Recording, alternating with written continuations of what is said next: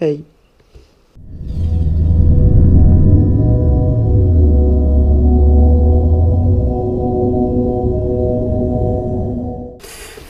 Aujourd'hui, on se retrouve pour une nouvelle vidéo. C'est avec un grand plaisir que je vous retrouve. Tout simplement, toi tu fermes ta gueule. Tout simplement parce que, bon, je vous explique. À la base, cette vidéo, ça devait être pour les 5000 abonnés. Mais bon, étant donné que je suis un extrême flemmard, bah en fait j'ai attendu. J'ai dû mettre, là ça doit faire 2 semaines que j'ai pas proposé de vidéo. Donc j'en refais une aujourd'hui. Au moment où je fais cette vidéo, on est beaucoup plus que 5000. On est 7900, ouais, 7900, quelque chose comme ça. Donc vous imaginez bien que je ne vais pas faire une vidéo pour les 5000. Mais voilà, je vais vous remercier parce que ça me fait envie de vous remercier, tout simplement. C'est un truc de malade, franchement. J'arrive vraiment pas à le croire. C'est juste de la folie. Donc voilà, un énorme merci à vous tous. Je crois que j'ai perdu mes clés, mais non en fait. Donc, pour en revenir à l'histoire de la flemmardise, en fait je savais pas quoi faire comme vidéo. Et donc ce que j'ai trouvé à faire, en gros, je vais vous montrer ce que j'utilise comme caméra, parce que je reçois beaucoup de commentaires sur le niveau de mon matériel, comment je filme, comment je fais mes motovlogs. Et donc j'ai décidé de vous faire cette vidéo pour vous montrer un petit peu tout ça. Et comme ça, ben voilà, je n'aurais laissé aucune question sans réponse. Très simple, un putain de chat, wow. Mais c'est un léopard le bordel ou quoi? Ça se passe comment? Si vous débutez sur YouTube et que vous avez besoin de conseils, je pense que ça pourra vous être utile. Et donc voilà, je vous remercie encore pour les 8000 maintenant, on va dire qu'on a 8000 même si on est à 7900. Voilà, merci à tous. Encore une fois, bon visionnage, encore une fois merci, encore une fois tout et n'importe quoi. Ah oui, si, j'ai calé. Pour finir, si vous avez une astuce, en gros, je viens de changer mes feux parce que mes feux étaient cassés, parce que c'était des halogènes, c'est de la merde. Et donc j'ai pris 2 feux LED en 10 watts chacun, ce qui nous fait un total de 20 watts, puisque 10 x 2 égale 20. Le compte est bon. En gros, quand je suis à l'arrêt, ils éclairent pas. Quand j'accélère pas, ils éclairent pas. Et quand j'accélère, c'est-à-dire à mi-régime en première ou même quand je suis à l'arrêt au point mort, les feux en fait ils clignotent. Genre ça fait vraiment un effet stroboscope. J'ai cru voir que c'était dû au courant alternatif qui était produit par la 50 et que les feux LED fonctionnent avec des courants continus. Donc je ne connais pas trop en fait dans tout ce qui est électrique, mais si vous êtes je sais pas, électricien, ouais c'est un beau métier ça, électricien, ou si vous y connaissez en matière d'électrique, j'aurais besoin d'aide. Donc voilà, c'était mon appel à l'aide. Je vous souhaite encore une fois un excellent visionnage.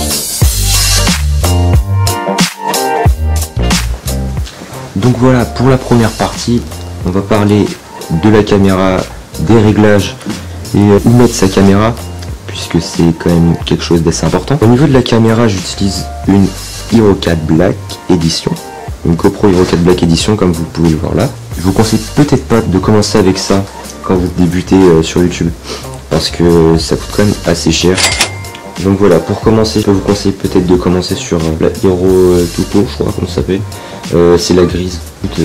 Écoute moins cher en tout cas. Et pour commencer, c'est peut-être mieux parce que commencer avec une Hero 4, ça fait mal au porte-monnaie. On peut dire ça comme ça. Sinon, j'avais ma deuxième GoPro, la Hero 3 Silver, que j'utilise maintenant comme caméra secondaire parce que voilà, elle est bien mieux celle-là comparée à l'autre. Donc voilà, au niveau des réglages, en fait il y a 2 modes que j'utilise. Parfait, ça ne fait pas le focus du tout. C'est excellent, regarde ça. Putain, fait chier. En gros, il y a 2 modes que j'utilise. Ça va être le mode 4K, donc 4K Super View. C'est assez important parce que la Super View en fait c'est ce qui va vous permettre d'avoir un angle de vue le plus grand possible, encore plus grand que l'angle de vue de base, et ça va vraiment donner un rendu plus réaliste à l'image comparé au mode normal. Sinon j'utilise le mode 1080p. Pourquoi? Tout simplement parce que en fait le mode 4K Super View va pouvoir filmer qu'en 24 images par seconde. Donc pour les ralentis c'est pas top, vous n'allez pas avoir des ralentis fluides, et donc je préfère utiliser un autre mode qui est donc la 1080p pour pouvoir faire des ralentis. Donc je switch entre les deux modes, puisqu'en fait la 1080p de cette GoPro peut filmer jusqu'à 80 fps en Super View et 120 fps en normal. Donc je switch entre les deux. Si je veux par exemple faire un motovlog et que j'ai pas besoin forcément de faire des ralentis, j'utilise le mode 4K Super View. Et donc pour des montages, comme le rassemblement que j'avais fait, j'avais filmé le rassemblement, c'était en 1080p Super View. Si vous voulez enregistrer le son de votre voix sur vos vidéos, par exemple pour un motovlog ou je ne sais quoi, il y a deux options. L'option la plus professionnelle, ce que moi je ne fais pas bien sûr, et l'option plus amateur. Pour cela vous aurez besoin d'un casque et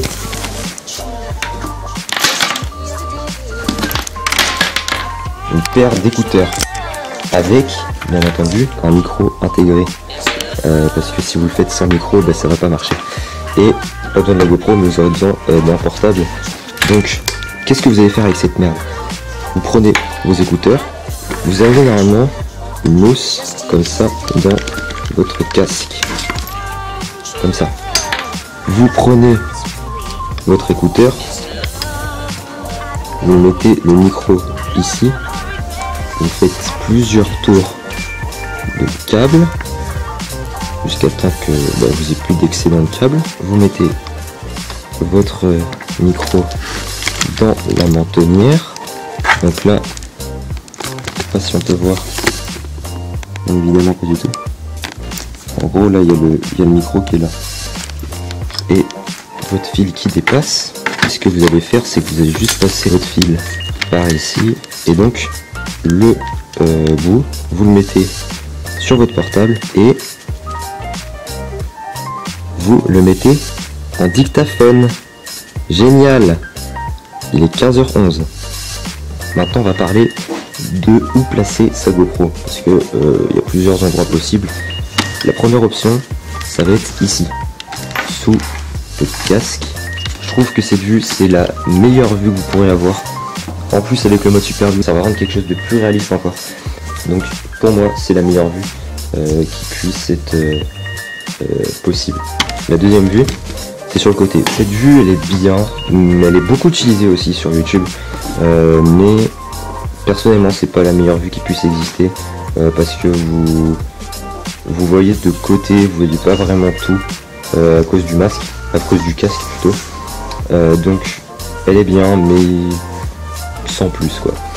Puis il y a la dernière vue. Bon là c'est totalement pourri, à part si vous êtes en motocross, ou là ça peut passer, mais sinon sur route c'est pas super bien. C'est à l'arrière. Je vous conseille pas trop justement cet endroit pour fixer la GoPro. Voilà, c'est pas la meilleure des vues.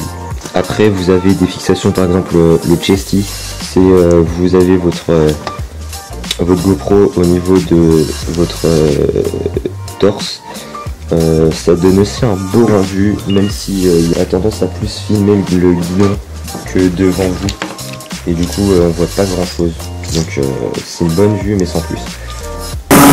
Excusez-moi si je gueule dans mon micro et que ça fait une qualité de merde, mais je suis obligé parce que ça fait trop de bruit. Donc pour finir avec la troisième partie, je vais vous parler du montage. C'est vraiment une chose à pas négliger, parce que le montage c'est ce qui va faire que votre vidéo va se différencier des autres. Parce que sur YouTube on trouve beaucoup de vidéos qui sont très peu montées, ou même pas montées du tout, et c'est pas très agréable à regarder. Je vais juste vous dire quelques astuces que je trouve assez importantes à mettre en place si vous voulez faire des vidéos de meilleure qualité. Le premier conseil que j'ai à vous donner, ça va être de prendre simplement les meilleurs moments. Par là, je veux dire que ça sert à rien de prendre des passages inutiles où vous êtes tout simplement en train de rouler sur une route droite. Prenez simplement des moments utiles et pas des moments où vous êtes à un feu rouge, vous attendez et puis il se passe rien du tout. Après, je dis ça, mais dans des vidéos, il y a bien des moments où je prends des passages qui sont pas très utiles, mais au maximum, essayez de prendre des moments intéressants. Ça rendra votre vidéo beaucoup plus rythmée. La deuxième astuce que je pourrais vous donner, ça va être de rythmer la vidéo. Comment la rythmer? Simplement en coupant les passages. Ça rejoint un peu la première astuce. Il faut couper les passages à peu près toutes les 10-15 secondes, parce que si vous gardez des passages trop longs, la vidéo va commencer à devenir beaucoup moins rythmée et plus chiante. Et c'est pas ce qu'on veut. Le troisième conseil, ça va être au niveau de la qualité. Il faut essayer d'avoir minimum de la 720p. Essayez d'avoir la meilleure qualité vidéo, mais pas seulement. Négligez surtout pas aussi l'audio. Je suis assez mal placé pour en parler, parce que moi j'enregistre le son avec mes écouteurs. C'est vraiment super important d'avoir une bonne qualité audio, tout comme la vidéo. C'est quelque chose de complémentaire entre la vidéo et l'audio. Mais si je pourrais vous donner un conseil, privilégiez la qualité audio à la vidéo. Je pense que je vous ai dit à peu près tous les conseils que moi j'utilise. Je ne vais pas rentrer dans les détails au niveau du montage, des tutos montage, ça me prendrait beaucoup de temps et je pense que ça serait plutôt chiant. Voilà, je pense que je vous ai tout dit. Je vous dis bonne soirée, bonne journée, et allez, ciao.